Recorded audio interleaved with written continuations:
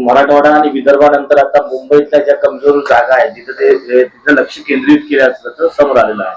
कसं बघता तुम्ही? समोर येऊन येतं मागे जो लोकसभेला काय झालंय, 3-3 वर्षाने यांचे लोक काम करत होते एकेका मतदारसंघात. 3-3 वर्षाने मागचं जसं सरकार आलं ना 1900 त्यावेळेस पासून काम करत होते. काय हाल झाले त्यांचे, मुंबईमध्ये असो की मराठवाड्यात असो की विदर्भात असो, काय हाल झाले त्याचे. मोठे मोठे दिग्गज, गडकरी सारख्या दिग्गजाचा 3.5 लाखाचा लीड लाखावर येऊन पोहोचला. रावसाहेब दानवे पराभूत झाले, कपिल पाटील पराभूत झाले, आणखी त्या कोण मंत्री नाशिकच्या होत्या, काय नाव त्यांचं मला माहित नाही, त्या भगिनी आपल्या ते पवार, भारती पवार, त्या पराभूत झाले. सगळे मंत्री पराभूत झाले. त्यांचे डेंजर झोन मधील जे मतदारसंघ आहे तिथे स्वतः अमित शहा विभागले. काय करणार आहे अमित शहा? अमित शहा इथे येऊन काय करणार? याचा अर्थ तुमच्या इथलं नेतृत्व कुचकामी आहे. तसे तुम्ही पण कुचकामी आहे, अमित शहा पण कुचकामीच आहे, परंतु इथलं नेतृत्व त्याच्यापेक्षा कुचकामी आहे, म्हणून त्यांना यावं लागतं असं मी म्हणेल. एका ठिकाणी मुलाखत देताना देवेंद्र फडणवीस असं म्हणाले, राष्ट्रवादीची मतं न मिळाल्यानेच लोकसभेत पराभव झाला. अजित पवारांची युती भाजपच्या मतदारांना पटली नव्हती. मग ते तुमचे शब्द अजित पवार फिशिंग होतं. आता असं आहे, त्यांना तुम्ही महत्वाचे खाते देऊन बसले. आमच्यातले गद्दार लोक सुद्धा अजित पवार निधी देत नाही म्हणून आमच्याकडून फुटले असं त्यावेळेस सांगत होते. आता तर तुम्ही मांड्या लावून बसताय ना. आणि तुमचे जे आहे कोण शहा ते सांगतात की आम्ही सगळे सोबत लढणार आहे. त्यामुळे अजित पवारांचे मतच नाही तर तुम्हाला ट्रान्सफर कुठून होणार आहे? ही नेत्यांची पार्टी अजित पवारांची, काय संघटना थोडी अजित पवारांची. नेता शिंदेची सुद्धा नेत्यांची पार्टी, संघटना कुठे यांच्या खाली काही नाही, यांचं याच्यावर चालतं फक्त. दादा, आज मुंबई विद्यापीठ सिनेट निवडणुका आहेत, निकाल आहे. पूर्णच्या पूर्ण जागा युवा सेना मान्य आदित्यजी ठाकरे साहेबांच्या नेतृत्वाखालील पॅनल निवडून येणार आहे. संध्याकाळी मला भेटा. पूर्ण 10 जागा आमच्या निवडून येणार आहे. कारण या निवडणुका होऊ नये म्हणून सातत्यानं प्रयत्न केले. शेवटी उच्च न्यायालयाला त्याच्यात हस्तक्षेप करावा लागला. त्यावेळेस त्या निवडणुका होतात, कारण यांच्या मनात भीती होती, निवडणुका घ्यायला हे घाबरतात. स्वारगेटचं मेट्रोचं, त्याच्यामुळे सोशल मीडियात अशी चर्चा सुरू आहे की जे महाराष्ट्रामध्ये दादा भाऊ भाई होते त्यांच्यावरती एक मोठा भाई आहे, त्या भाईमुळे सध्या जागा वाटपाची सर्कस सुरू असल्याचं बोललं जातं. मला वाटतं असे भाई या महाराष्ट्राने अनेक पाहिलेले आहे आणि त्याच्यामुळं अमित शहाला मान्य उद्धवजींनी मोहम्मद शाह अब्दाली अशा पद्धतीनं उपमा दिलेली आहे. अब्दाली चालून आला होता पण त्याला वापस जावं लागलं होतं. मात्र तसंच अमित शहा यांचं होणार आहे. धर्मवीर चित्रपटावरून वादंग सुरू झालाय. त्याच्यात आशिष शेलार असं म्हणाले की देवेंद्र फडणवीसचा बाण संजय राऊतांच्या योग्य ठिकाणी घुसला. धर्मवीर पिक्चर जो आहे तो पिक्चर आहे. पिक्चर मधल्या सगळ्याच गोष्टी काही खऱ्या असतात किंवा योग्य असतात असं म्हणता येणार नाही. शेवटी तो सिनेमा म्हणून घेतला पाहिजे. संजय राऊतांचा ठाकरे पाहिलेला आहे ना, आणि आता ठाकरे 2 पण येणार आहे मला. धर्मवीर 2 ठीक, याच्यात खरे धर्मवीर आहे का, त्यावेळेस कुठे होते, काय होते, आता स्वतःला ती उपमा देऊ पाहतात. ठाणेकरांना हे चांगलं माहिती आहे, फार महाराष्ट्रातल्या बाकी जनतेला माहिती नसेल. त्यामुळे अमित शेलारांना हेच सांगेल मी की आमचा बाण तुमच्याकडे आरपार निघालेला आहे. त्याच्यामुळं तुमचे सगळे दिल्लीची फौज जशी त्यावेळेस औरंगजेबाची येत होती, एक झालं काही एक झालं काही एक झालं की एक. लोकसभेला तुम्हाला सगळ्यांना व्यवस्थित दिल्लीला पाठवलेलं आहे आणि विधानसभेला त्याच्याही पार पाठवून देऊ. लोक अदालत मध्ये जाऊन तडजोड करा आणि पैसे भरा अशा नोटीस दिल्या जातात. एक तर सगळ्यात आधी अतिवृष्टी झाल्यानंतर सरकारने 1 रुपया 1 खडकू सुद्धा मदत जाहीर केलेली नाहीये, हे सगळ्यात महत्वाचं. दुसरी गोष्ट, अशा पद्धतीनं पिकाचं नुकसान झालं, पीक वाहून गेलं, असं असताना जर बँका नोटीस पाठवत असेल तर मला असं वाटतं शिवसेनेला या बँकांच्या विरुद्ध तीव्र आंदोलनाची भूमिका घ्यावी लागेल आणि शिवसेना शेतकऱ्यांसाठी, शेतकऱ्याच्या हितासाठी कोणत्याही टोकाला जायची शिवसेनेची तयारी. दुसरा एक मुद्दा असा आहे दादा की संजय राऊतांना काल जी शिक्षा सुनावली त्यानंतर त्यांनी चक्रव्यूह तोडता येतं, मी ते तोडून दाखवणार. कोण बोललं? देवेंद्र फडणवीस साहेब जुने होय आणि आजचा वाईट आहे.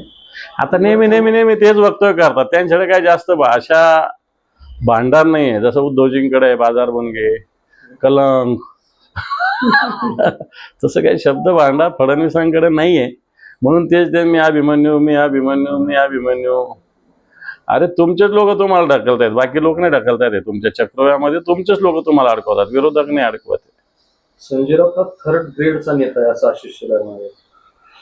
आशिष शेलारने आपला कोणता ग्रेड आहे जरा सांगावं, अशी माझी त्यांना नम्र विनंती आहे. बरं. निवडणूक आयोगाच्या आज मुंबईत विविध राजकीय पक्षाच्या पदाधिकाऱ्यांसोबत बैठक आहे. काय तुम्ही गेले नाही, जातील पक्षाचे सचिव जात असतात त्या बैठकीला. काल पण ते आलेले होते. सगळी तयारी येणाऱ्या काळात काही राजकीय पक्षाच्या अडचणी सूचना लोकसभेच्या धर्तीवर हे ते घेत आहेत. मग तो उद्या पत्रकार परिषद पण आहे. पण तो दिल्लीत जाऊन या सगळी तयारी बघितल्यानंतर निश्चित निवडणुका जाहीर होतील याची ती पूर्वतयारी करायला आलेली आहे. निवडणूक आयोगाला ते चिन्ह, त्याच्यानंतर पक्ष, या सगळ्या गोष्टी याबद्दल काही सांगणार आहे का? नाही, इथं तो विषय नाहीये काही. तो केंद्रीय निवडणूक आयोगाकडे आहे. निवडणूक आयोगाचे असू द्या, परंतु हे राज्याच्या निवडणुकीच्या तयारीसाठी येतात. हे प्रकरण निवडणूक आयोगाकडे सर्वोच्च न्यायालयात चालू आहे. चालेल, ओके, आभारी आहेत. थँक्यू. महाविकास आघाडीचे सर्व शहराध्यक्षांनी एकत्र येत आज मेट्रो सुरू व्हावी अशी भूमिका घेतली आहे. मेट्रो स्थानकाबाहेर आंदोलन सुरू आहे. उद्घाटन करतात मेट्रोचं प्रकल्प. चांगलं आहे. शेवटी कोण येतं आणि न येतं त्याच्यासाठी जनतेसाठी ज्या सुविधा निर्माण केल्या थांबण्याची आवश्यकता नाही असं मला वाटतं. ठीक आहे, पंतप्रधान येणार होते, त्यांचा आदर आहे. आज जर ते आले नाही म्हणून सुरू होणार नसेल तर त्यांनी ऑनलाईन तिथून बटन दाबून सुरू करावं. धर्मवीर किंग येईल तेव्हा त्याची पटकथा मी लिहिणार असं देवेंद्र फडणवीस म्हणाले. धर्मवीर 2च्या ग्रँड प्रीमियर वेळी फडणवीसांनी वक्तव्य केले आणि धर्मवीर 2 हा सत्य घटनेवर आधारित असल्याचं त्यांनी सांगितलं. आता भले धर्मवीर तुम्हाला आवडतात, नाही तर या धर्मवीरावर तुम्ही काय काय केलं ठाणेकरांना चांगल्या पद्धतीनं माहिती आहे. आणि आताही तुम्ही काय काय काड्या करता हे सगळ्यांना माहिती आहे. तुम्ही लिहिणार याचा अर्थ तुम्हाला आता सुट्टी मिळणार आहे. सत्तेतून स्पष्ट होत आहे. तुम्ही लवकर लिहा, कारण महाराष्ट्राची जनता तुम्हाला सत्तेतून मुक्त करणार आहे. पावसामुळे नरेंद्र मोदीचा पुणे दौरा रद्द झाला होता आणि त्यानंतर हा मेट्रोच्या उद्घाटनाचा सगळा विषय सुरू आहे. नाही, खरं तर व्हावं ना. नरेंद्र मोदीजी येणार होते, पंतप्रधान, काही हरकत नाही. परंतु पावसामुळे येत नसतील तर त्यांनी आता आपल्याकडे सगळे साधन आहे, ऑनलाईन त्याचं सुरुवात करावी. कारण जनतेला सुविधेची गरज आहे. पुण्यामध्ये काय स्थिती आहे, मुंबईपेक्षा अतिशय भयावह स्थिती पुण्याची वाहतुकीची. त्यामुळे अशा सेवा लवकर सुरू झाल्या पाहिजे. दादा, मराठवाड्यात अतिवृष्टी झाली, शेतकरी संकटात आहे. अशात नाही का बँकांनी मराठवाड्यात की राऊतांनी हिंमत असेल तर नाव घेऊन आरोप करावं. नाव घेऊन आरोप केल्यानंतर बघा 2 वर्षाची सजा होईल. काय वक्तव्य केलं होतं? विरोधात बोलले होते किरीट सोमय्या. हे बघ, किरीट सोमय्या हा प्राणी कसा आहे, जितनी चावी भरी रामने उतना चले खिलवाना. कोणतरी चावी देत असतात. यांनी नारायण राणेंच्या विरोधात गेले, हे हसन मुश्रीफच्या विरोधात गेले, हे प्रताप सरनाईकाच्या विरोधात गेले, हे किती लोक, हे भावनाताई गवळींच्या विरोधात गेले. काय झालं, हेच लोक तुमच्या पक्षाचे नेते झाले. तुमच्या पक्षाला हेच लोक आता थोडा बहुत ऑक्सिजन देतात. आणि ज्या गोष्टी सत्य आहे, कोर्ट म्हणलं म्हणून ते काय असत्य अशातला थोडी भाग आहे. संजय राऊत साहेब त्या भूमिकेवर ठाम आहेत. ते शिंदे गटाला येणाऱ्या विधानसभेला 62 ते 72 जागा मिळतील असे योगेश कदम म्हणतायत आणि पुन्हा एकनाथ शिंदेच मुख्यमंत्री होतील असं त्यांचं नाव आहे. मग आता एकनाथ शिंदे जे आहेत मुख्यमंत्री, ते शेवटचे 2 महिने आता राहिलेले आहे. भारतीय जनता पार्टी ही संधी साधू पार्टी आहे. काम झालं म्हणजे हे फेकून देतात. असे अनेक उदाहरणं या देशामध्ये आहे. त्याचा अनुभव एकनाथ शिंदे जे आपले मुख्यमंत्री महाराष्ट्राचे यांना निश्चित येईल. महाविकास आघाडी शिंदे फडणवीस आणि अजित पवार यांच्या उपस्थितीत शिर्डीमध्ये महिला सन्मान मेळावा होतोय. 30 ते 40,000 महिला कार्यक्रमाला उपस्थित राहणार आहेत. विखेंच्या मतदारसंघाचा मेळावा.